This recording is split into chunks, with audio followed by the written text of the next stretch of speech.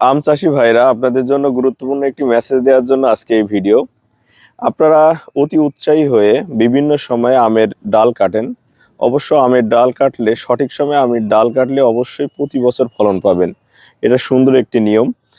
আমের ডাল কাটার যে সঠিক নিয়মটি হলো 15ই জুন, অর্থাৎ জুন মাস পর্যন্ত আমের ফলন হয়। তারপরে আপনাকে অবশ্যই ডাল কাটতে হবে।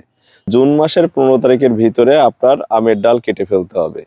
কারণ আপনাদের একটা বিষয় খেয়াল রাখতে হবে যে 7 মাস আমের ডাল কাটার 7 মাস পর্যন্ত অপেক্ষা করা লাগে নতুন কুশি আসতে, এবং যে কুশি আসার পরে তারপরে যে বৈল ধরে। আপনি যদি তার আগে, অনেকে কি করে যে সেপ্টেম্বরের মাসে এসে এই ডাল কাটে।